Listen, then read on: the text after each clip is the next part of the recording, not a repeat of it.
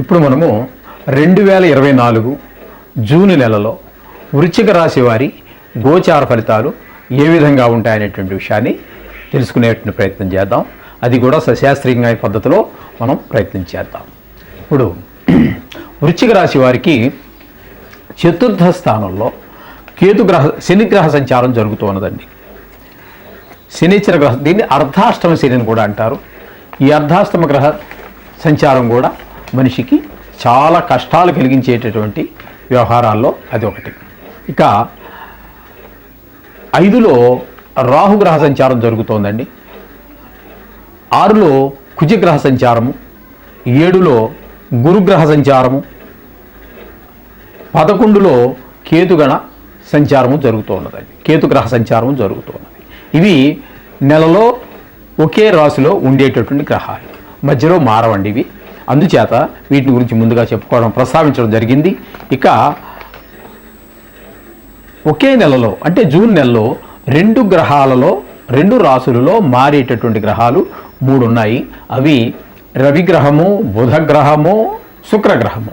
ఈ 3 గ్రహాలు కూడా మనకి వృశ్చిక రాశిలో నుంచి 7, 8 స్థానాలలో అంటే వృషభ, మిథున రాశుల్లో సంచారం చేస్తూ ఉంటాయండి. రవి, బుధ, శుక్ర, ఈ 3 గ్రహాలు. ఏ గ్రహాలు ఇప్పుడు అవి ఉన్నటువంటి స్థానంలో అవి ఏ విధమైనటువంటి ఫలితాలు ఇస్తాయి అనేటటువంటిది మనం కొంచెం తెలుసుకునే ప్రయత్నం చేద్దాం. చతుర్థంలో శనిగ్రహ సంచారం వల్ల దీన్ని అర్ధాష్టమ శని అంటారు. కొంచెం ఇబ్బందులు కలిగించేటటువంటి పరిస్థితి. అయితే మూడు రకాలుగా ఎక్కువ, అంటే మొత్తం 5 రాశుల్లో శనిగ్రహం బాగా ఎక్కువగా బాధిస్తూ ఉంటుంది. మిగతా గ్రహాలు కేవలం 3 రాశుల్లో మాత్రమే యోగాన్ని ఇస్తూ ఉంటుంది. మిగతా 9 రాశుల్లోనూ ఇబ్బంది పెడుతూనే ఉంటుంది. అయితే అందులో కూడా 5 రాశులు మరీ ఎక్కువ ఇబ్బంది పెడుతుంది.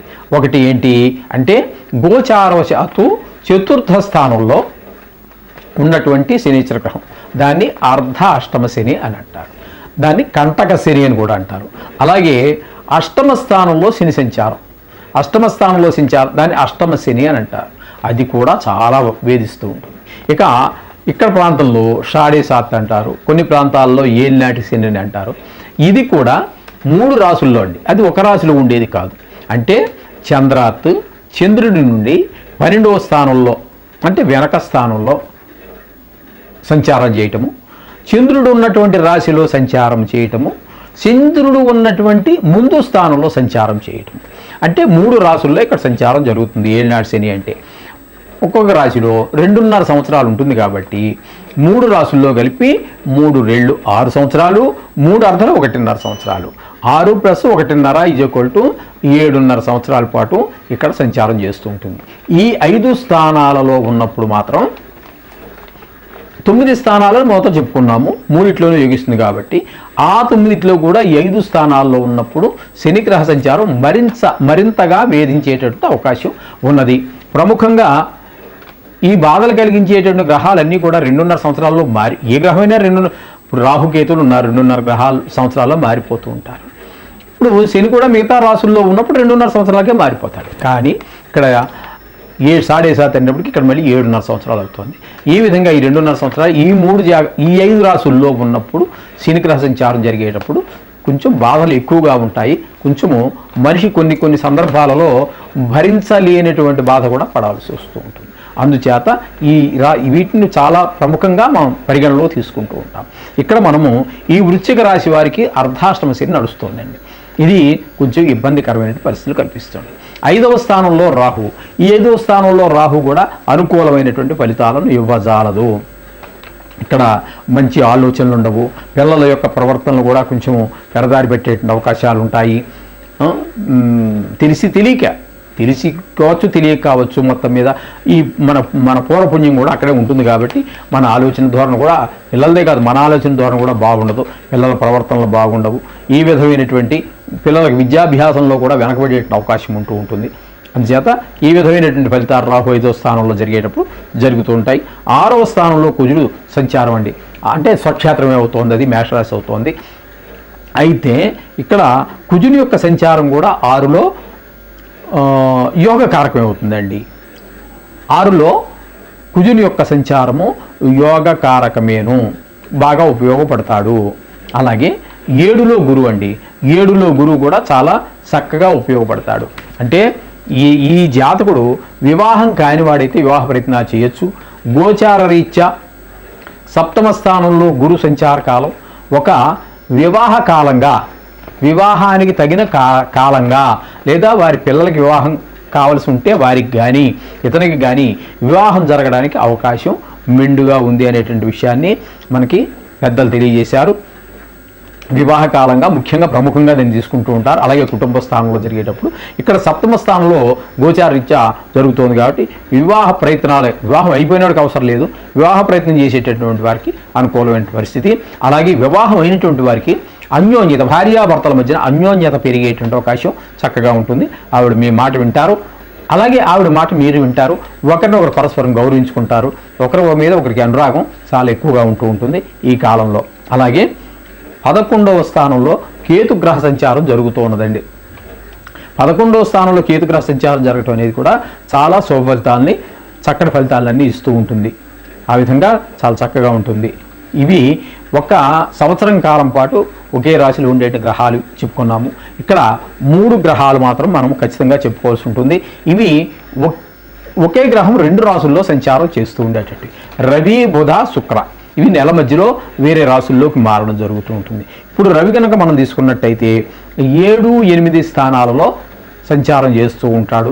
13వ తారీఖు వరకు 7వ స్థానంలో, 8వ స్థానంలోకి వచ్చేటప్పటికి మళ్ళీ అక్కడ మిగతా నెల అంతా కూడా సంచారం చేస్తూ ఉంటాడు. అయితే ఈ రవి సంచారం 7వ స్థానంలో కానీ 8వ స్థానంలో కానీ జరిగేటప్పుడు 2 స్థానాల్లోనూ కూడా ఏవి కూడా మనకు శుభ ఫలితాలు ఇచ్చేటువంటి అవకాశం అయితే లేదు.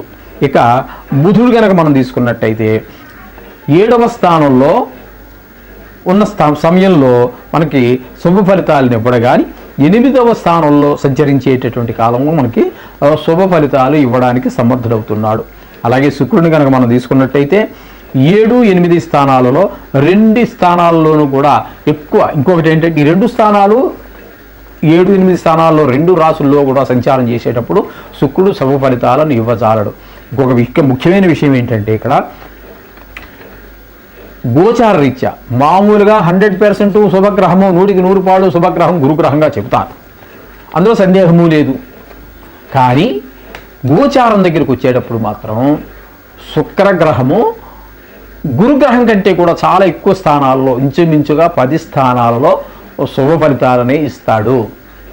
ఒక్క 7, 8 వదిలిపెడితే 12 రాసుల్లో మిగతా 10 రాసుల్లో కూడా శుక్రుడు శుభ ఫలితాలనే ఇస్తాడు. గోచార విషయంలో గురువు కంటే కూడా చాలా చక్కటి ఫలితాలు ఇవ్వడానికి శుక్రుడే సమర్థుడు. ఇదొక మీరు గుర్తుపెట్టుకోవాల్సినటువంటి విషయం. అలాగే మన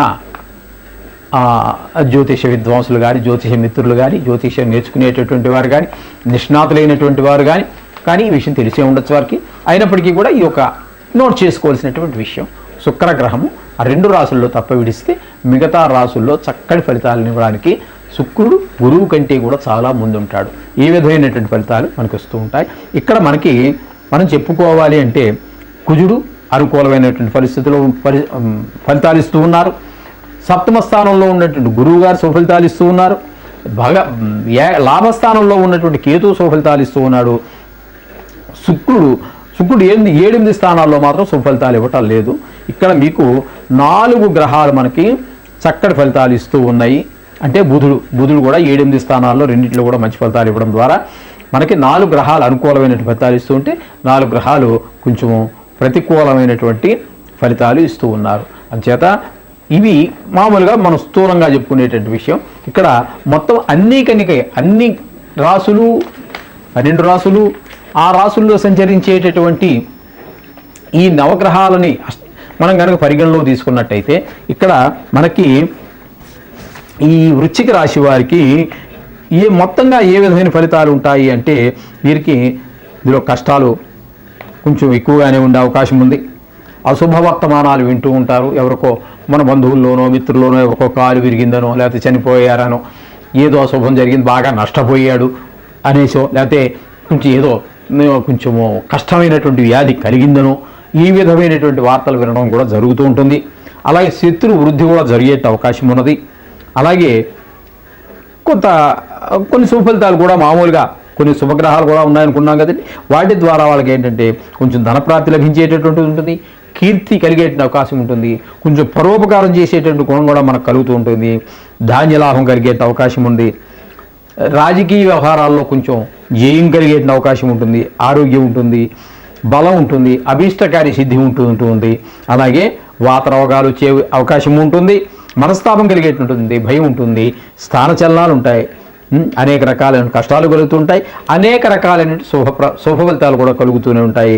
అకాల భోజనం చేసే అవకాశం కూడా ఉంటుంది కొన్ని సందర్భాల్లో ఇదే మనిషికి ఇన్ని అవమానాలు జరిగిన మనిషికి కొన్ని సందర్భాలలో మంచి సన్మానాలు జరిగే అవకాశం కూడా మనకి ఈ గ్రహాలు మొత్తం అన్ని గ్రహాలని కనుక పరిగణలో తీసుకుని విశ్లేషించుకున్నట్టయితే ఈ విధమైనటువంటి ఫలితాలు వచ్చేటువంటి అవకాశం ఉంది.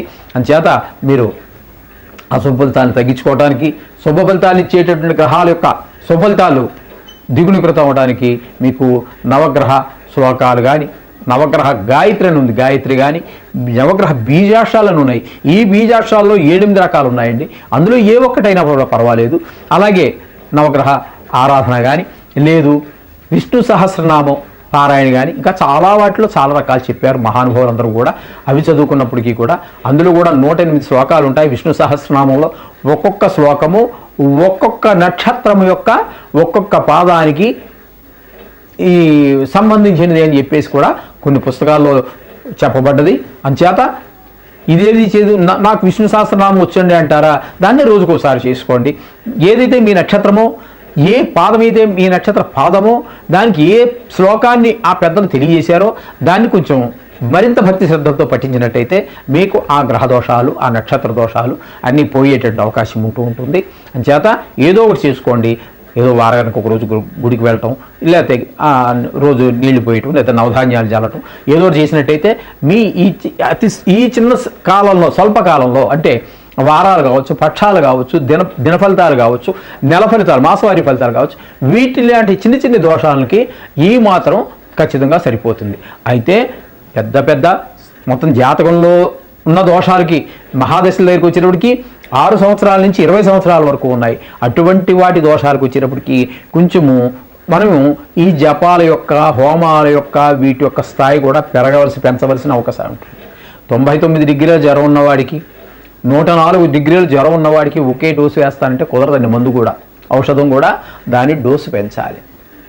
ఆ విధంగా కొన్ని నిర్ణయం చేశారు పెద్దలు. ఆ విధంగా చేసినట్టయితే దేనికి భయపడవలసిన పని లేదండి.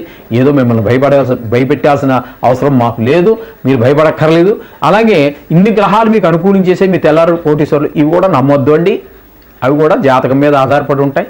ఎందుకంటే ఎంత చిన్నవాడు ఎంత పెద్ద స్థాయికైనా ఎదగవచ్చు. మన కళ్ళ ముందు మనం చూస్తున్నాం. ఎంతమంది అండి తినడానికి లేనటువంటి వాళ్ళు ఏ స్థాయికి ఎదిగిపోయారండి, మన కళ్ళ ముందు ఉన్నారు. ఇప్పుడు మనతో పాటు జీవించి ఉండటం, వాళ్ళ కాలంలో మనం జీవించి ఉండటం అనేది కూడా గొప్ప వరం. మోడీ గారు ఏ స్థాయి నుంచి ఏ స్థాయికి ఎదిగారండి మహానుభావుడు. ఆయన చేసిన కీర్తి ప్రతిష్టలు ఎవరికి వచ్చాయండి? ఇంత సౌభాగ్యంగా తీర్చిదిద్దిన వారు ఎవరున్నారండి? ఒక ముర్ము గారు, భారత ప్రధాన మహిళ, ఏ స్థాయి నుంచి ఏ స్థాయికి ఎదిగారండి? భగవంతుడు అనుకుంటే, మనకి గ్రహాలన్నీ అనుకూలిస్తే, అంటే మన పూర్వజన సుకృతం బాగుంటే మనము పాతాళం కింద 7 పైన 7 14 లోకాలు, ఈ కింద స్థాయి నుంచి ఆ పైన ఉన్నటువంటి స్థాయికి తీసుకెళ్ళిపోగలడు భగవంతుడు. అలాగే ఆ పైన ఉన్నటువంటి ఆ గొప్ప వ్యక్తిని మనకి హరిశ్చంద్ర కథ చదవండి, బలిచక్రవర్తి కథ చదవండి, వీళ్ళందరికీ మన పురాణాలు ఊరికే రాలా. అక్కడ ఉన్న మనిషిని ఎక్కడ తొక్కేశాడండి? బలిని కిందనున్న 7వ లోకం ఉండేది, పాతాళ లోకం, అక్కడికి తొక్కేశాడు. భగవంతుడు అనుగ్రహిస్తే అక్కడికి ఎదిగిపోగలం, ఆయన ఆగ్రహిస్తే ఎక్కడికో పోతాం. తస్మాత్ మనం చేసే ప్రతి పని బాగుండాలి, ప్రతి మాట బాగుండాలి. పరోపకారార్థం యదం శరీరం అనేటటువంటి ఒక్క సూత్రాన్ని గుర్తుపెట్టుకోండి. అది పెట్టుకున్నట్టయితే జీవితంలో ఇప్పుడు కాకపోయినా వచ్చే జన్మల్లోనైనా మనకి దాని ఫలితం అది ఎప్పటికీ నశించదండి. పుణ్యం కానీ పాపం కానీ ఎప్పుడు ఏది నశించిపోదు. ఖచ్చితంగా పాపమైనా సరే, పుణ్యమైనా సరే మనం అనుభూతి తీరాలి. అది ఈ జన్మ కావచ్చు, రేపు కావచ్చు, ఎల్లుండి కావచ్చు, వచ్చే జన్మ కావచ్చు, ఆ పై వచ్చే జన్మ కావచ్చు, 100 జన్మల తర్వాత అయినా సరే మనమే అనుభవించాలి, పాపం కానీ పుణ్యం కానీ. ఇది ఒకటి గుర్తుపెట్టుకోండి. నవగ్రహ ధ్యానం చేసుకోండి. సోహం భూయాత్.